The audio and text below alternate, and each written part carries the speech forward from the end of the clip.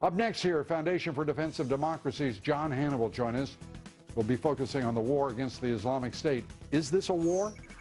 Joining me now, Foundation for Defense of Democracy senior counselor. He's a former Cheney National Security Advisor as well, John Hanna. John, great to have you here.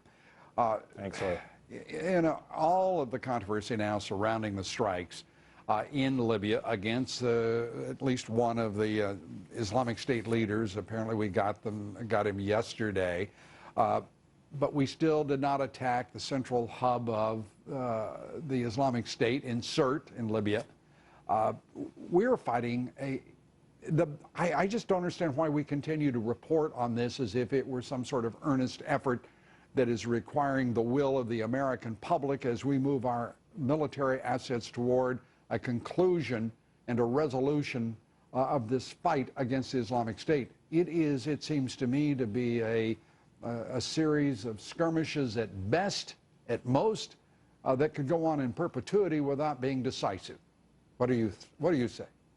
No, I don't disagree, Lou. I think this has been a bit of a phony war. The administration is engaging this in a way that really doesn't have any end in sight. There is no conclusion. There is no decisive campaign to eradicate ISIS from its strongholds in the caliphate in Iraq and Syria, and certainly there's no evidence of it in Libya. I mean, this strike today was very, very late in coming. It had an impact.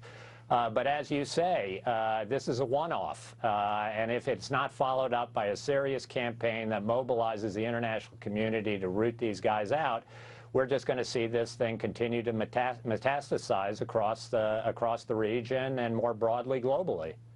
And the Islamic State exerting itself now, and there is greater instability in Egypt as a result of this administration's removal of Hosni Mubarak. Let's not kid anyone, or certainly ourselves. This administration directed the destabilization of Egypt. This administration directed the destabilization of Libya. This administration is responsible. It has not taken responsibility for the destabilization of the Middle East. And we have some very difficult, bitter choices to make, and our allies in that region, principally Israel, are left with the consequences of what has been sheer recklessness and ineptitude, in my opinion, John. Yeah, no, I think there's a lot of truth, and you didn't even mention the complete withdrawal from Iraq and staying away, staying out of Syria for years on end in the hope that this conflict would go away, when in fact everybody predicted that it would only get worse and the jihadists would win the day and spread their tentacles across the Middle East and North Africa. And that's where we are today, and trying to eradicate this now only will come at enormous cost, new costs in American blood and treasure. It's a genuine tragedy and a huge strategic failing on the part of the administration.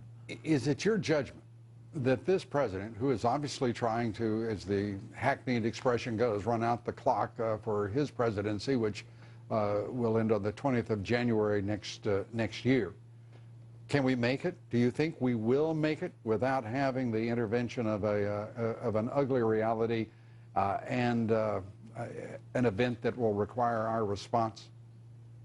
I think we're only going to make it if we're extremely lucky, Lou, because all of the cards are against us, I think. And I think all of our enemies understand what this president's strategy or lack of strategy is, and they know that now, the next 11 months, is the time to go for broke against the United States. John Hanna, always good to have you here. Thanks, John. Thank you, Lou.